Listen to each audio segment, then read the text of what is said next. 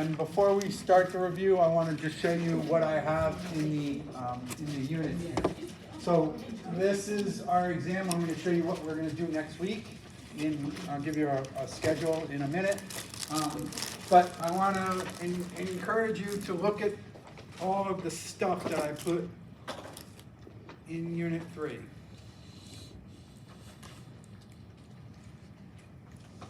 So in particular, we talked about the muscle diagrams. There's a bunch of other things. There's, let me see here.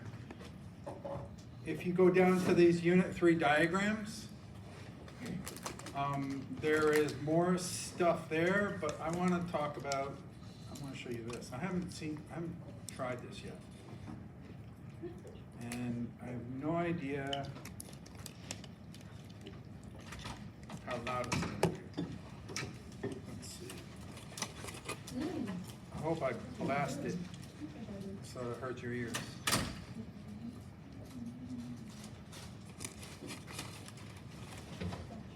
Let's see. All right.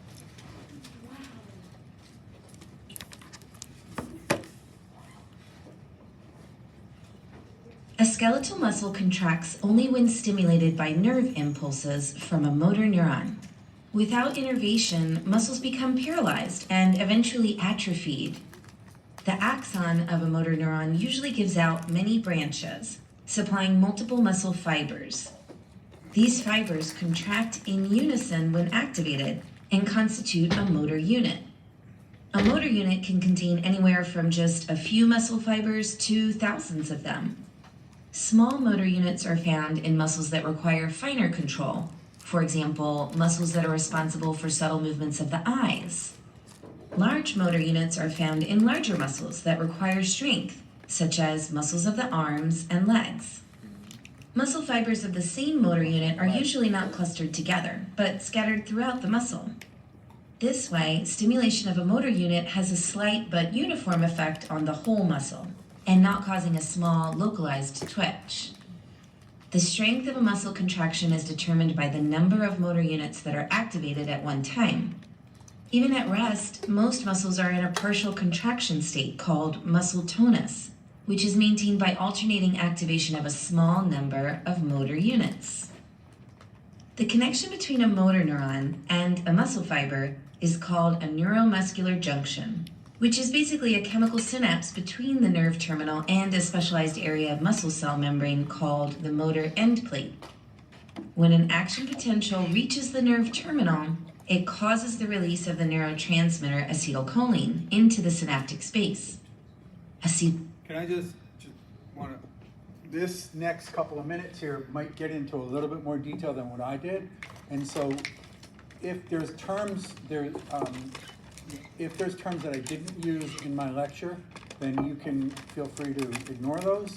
But there should be a lot of similarity between what I talked about in my lectures and this. So beginning with ACH or acetylcholine. To nicotinic receptors on the end plate.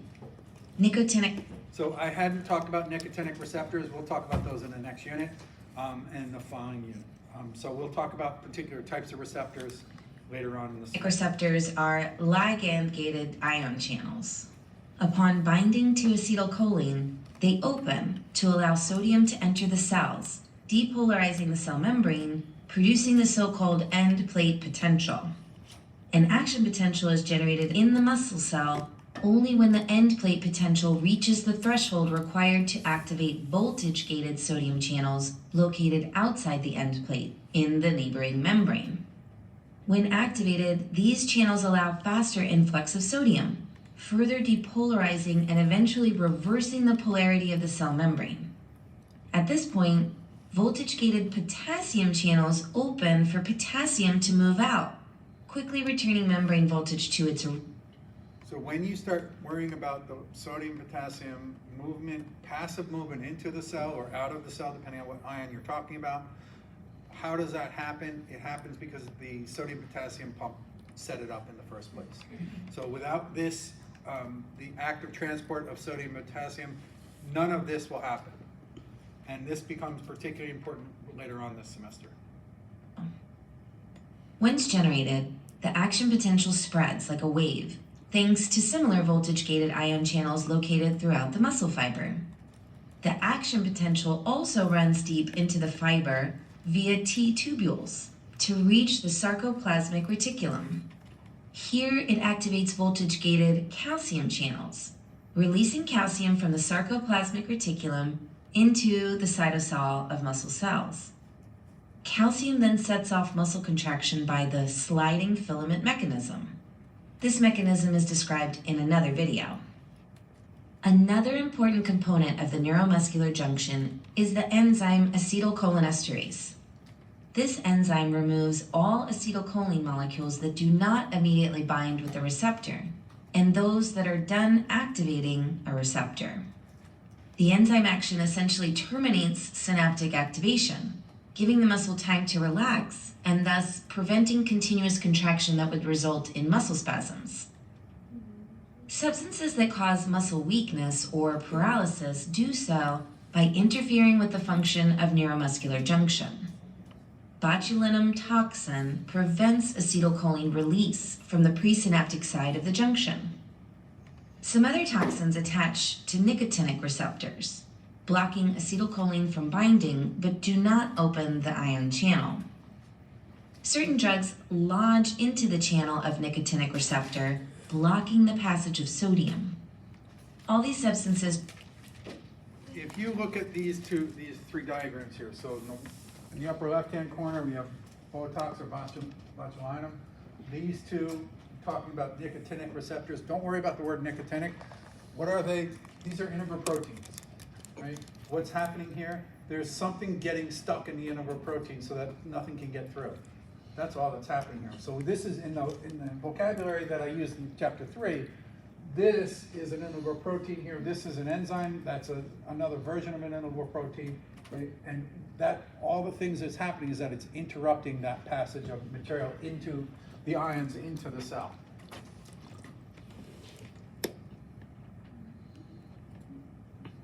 Of muscle cells and cause flaccid paralysis. On the other hand, some pesticides inhibit acetylcholinesterase, preventing degradation of acetylcholine, causing continuous activation of muscles. That's how they induce muscle spasms and cause spastic paralysis. So some of this is a little bit beyond the scope of this class, but there's an awful lot that's relevant here. If you look, let me see here. Why is that repeated? Let's do this. It was registerednursern.com. And did you know that there are 3 types of muscle tissue found in the human body? We have skeletal muscle, cardiac muscle, and smooth muscle tissue. In this video, I'm going to give you a quick review of skeletal muscle tissue. Skeletal muscles most commonly attach to bones, and they help you move your body. Unlike the other 2 types of muscle tissue, skeletal muscles contract on a voluntary basis via the somatic nervous system, allowing you to move your body at will. Skeletal muscles also serve important functions, such as supporting your posture, protecting delicate organs, and they even produce heat during contraction, which helps the body maintain a proper temperature. Each skeletal muscle is considered an organ, and it's made up of connective tissue layers, muscle fibers, blood vessels, and nerves. Skeletal muscles attach to the bones through tendons or through a direct attachment. Now, as we look at this muscle diagram, you'll notice an outer layer of connective tissue covering the muscle called epimysium. The prefix epi means upon or over. Just think of the epidermis, which is the topmost layer upon your skin. And mysium comes from a Greek word that simply means muscle. Therefore, epimysium is that layer of connective tissue that is over or upon the entire muscle organ. Next, you'll notice that the muscle fibers are going to be bunched together into something called fascicles, which means bundles. And these fascicles are going to be surrounded by connective tissue called perimysium. Peri means around, and again, mysium refers to the muscle. So the perimysium is around the fascicles that bundle up these individual muscle fibers. Now inside these fascicles, you will find another connective tissue layer called the endomysium. And this surrounds the individual muscle cells inside those fascicles. And endo just simply means within, so that will help you to remember that it surrounds the individual muscle fibers within the fascicle. Now let's... Let me just back up. I'm going to have to catch it. If you see this picture right here, or when you see this picture on the diagram here, these are individual cells here. These muscle fibers, these are individual cells. So this is a myofiber or myocyte, a muscle cell. This right there, that is part of the muscle cell. Those are myofibrils, and then the myofibrils have myofilaments, and those myofilaments are what the proteins are talking about. Okay, so myofilament and protein, particularly actin and myosin, that's what those things are. So the point I'm making here is that this is the endomysium surrounds individual muscle cells, and it divides those muscle cells and covers it. It's the finest layer of tissue, of connective tissue in a muscle. Those fascicles. And endo just simply means within, so that will help you to remember that it surrounds the individual muscle fibers within the fascicle. Now let's take a look at some of the individual muscle cells, which are called muscle fibers. These fibers are long and cylindrical, and they contain several nuclei which are located around the peripheral portion of the cell. Now these muscle fibers are going to be wrapped in a cell membrane called the sarcolemma. Inside each muscle fiber, there are tiny rods called myofibrils, which are surrounded by sarcoplasm. These myofibrils, also called fibrils, consist of repeating segments called sarcomeres, which are the tiny units responsible for skeletal muscle contraction. As we take a closer look at the structure of a sarcomere, you'll notice these zigzag sections that mark the end point of each sarcomere. These are called Z-discs or Z-lines, and they allow for the attachment of the thin actin filaments as well as an elastic protein called titin. Each sarcomere contains thin actin filaments and thick myosin filaments. The thin actin filaments, represented here in blue, anchor to the Z-disc. The thick myosin filaments, represented here in red, attach to an elastic, springy protein called titin, which then attaches to the Z-disc as well. The actin and myosin filaments engage during muscle contraction, which I'll discuss in just a moment. The M-lines or M-bands anchor to the center of the myosin filaments, holding them together while acting as a shock absorber. To help us understand the parts of the sarcomere, anatomists divide the sections into bands or zones. The arrangement of filaments within these bands accounts for the striated or striped appearance of the skeletal muscle fibers. And that's an important characteristic about skeletal and cardiac muscle tissue that you're going to want to remember. They both contain striations. First, there is an A-band on each sarcomere, which is a section that contains the entire length of the thick myosin filaments, along with an overlapping portion of the thin actin filaments. This section makes up the dark part of the striation pattern. There's also an I-band, which is the section of the sarcomere that surrounds the Z-disc and contains only thin actin filaments. And this section makes up the lighter band in the striation pattern. The H-zone is the section within the A-band that consists of the thick myosin filaments and its embedded M-lines. There are no thin filaments in this section of the sarcomere when it's relaxed.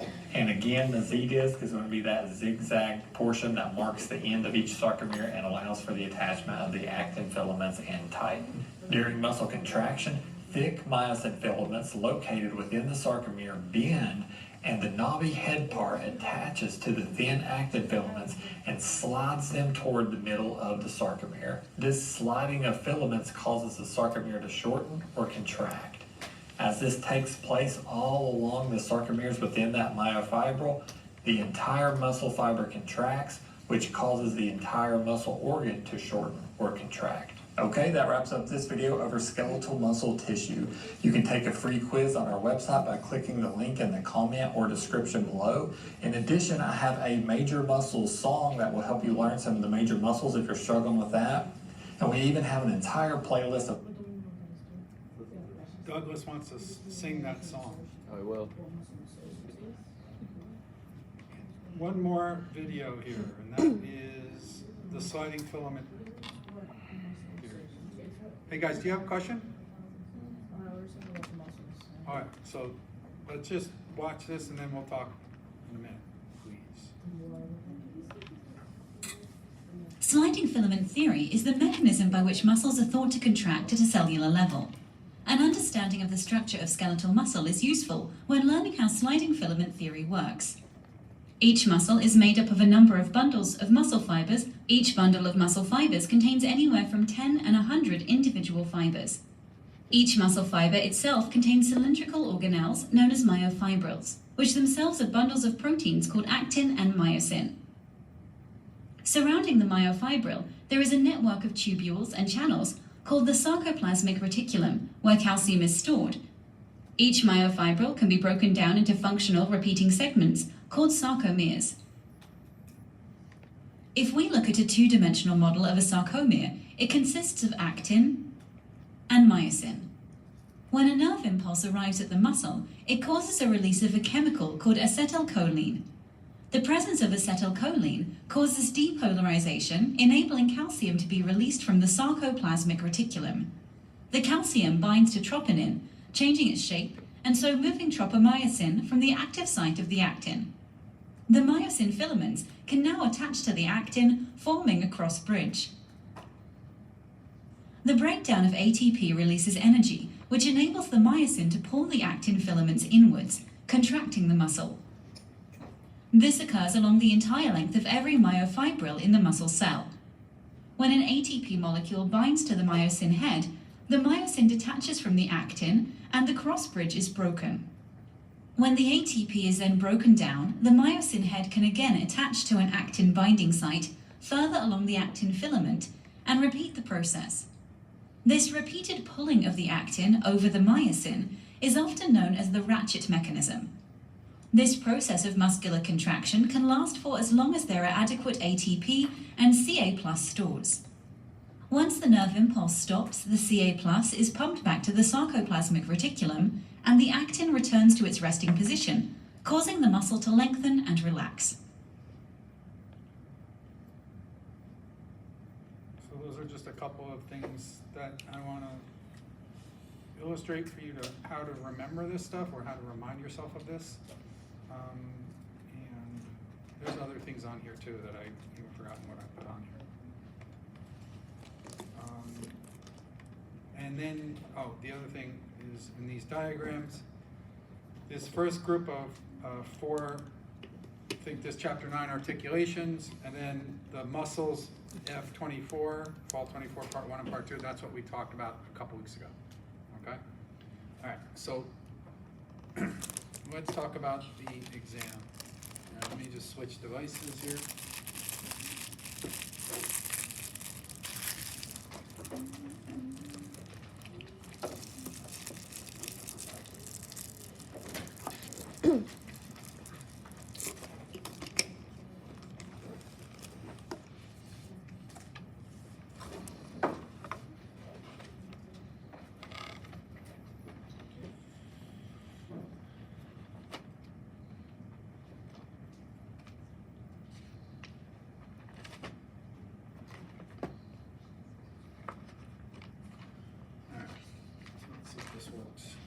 Okay, so first things first, in terms of next week, Monday, Tuesday, Wednesday, Thursday, Friday, what are we doing? So next week, Monday is exam 3, and we'll talk about what exam 3 is about. Tuesday, there's no school, so don't come here. You can come to Rana if you want. That'll be close too. So on Wednesday, November 6th, that's when Unit 4 starts.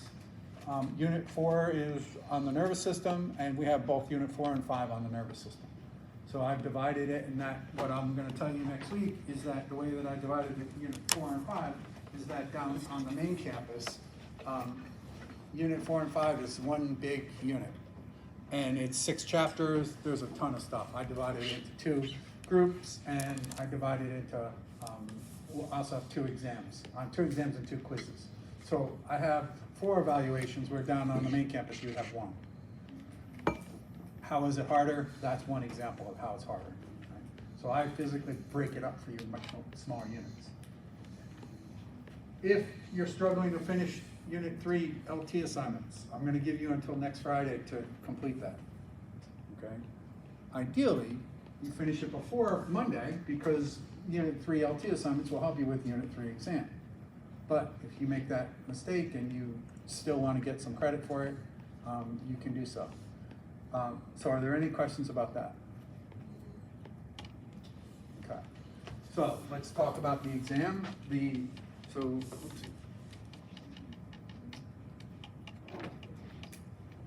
Just like the first 2 exams, there's gonna be 115 questions.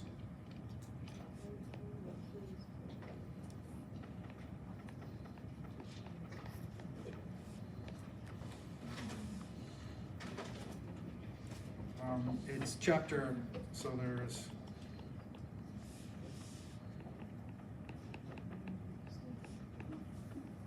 articulations and movements.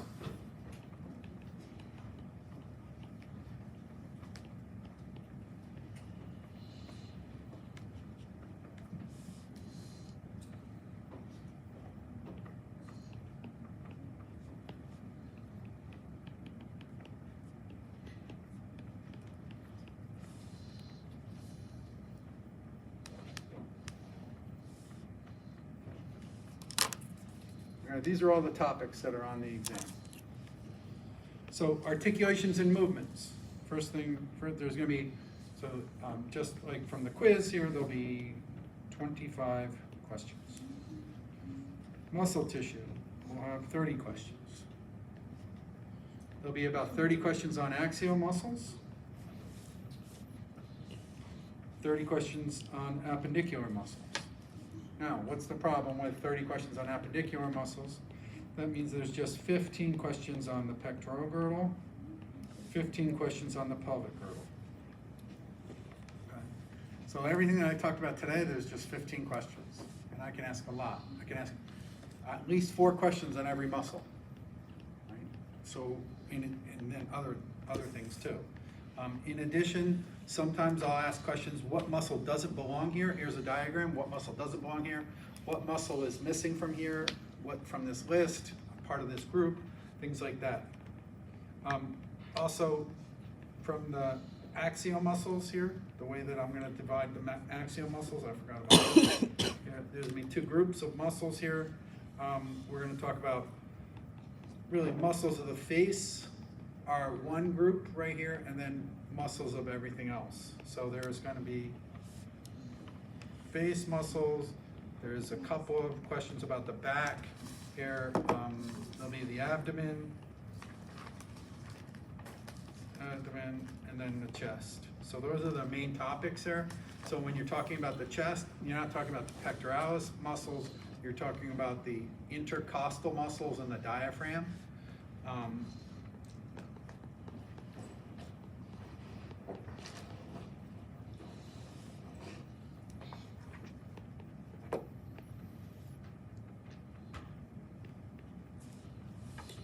And then also the other muscle that helps with breathing is also the pectoralis minor.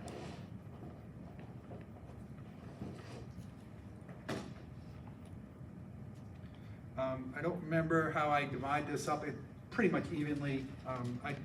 Most of the questions are going to be on the face and head because that's where most of the muscles are. There won't be a lot of questions on the back because there's only one set of questions here. There's only one set of muscles, the erector spinae muscles.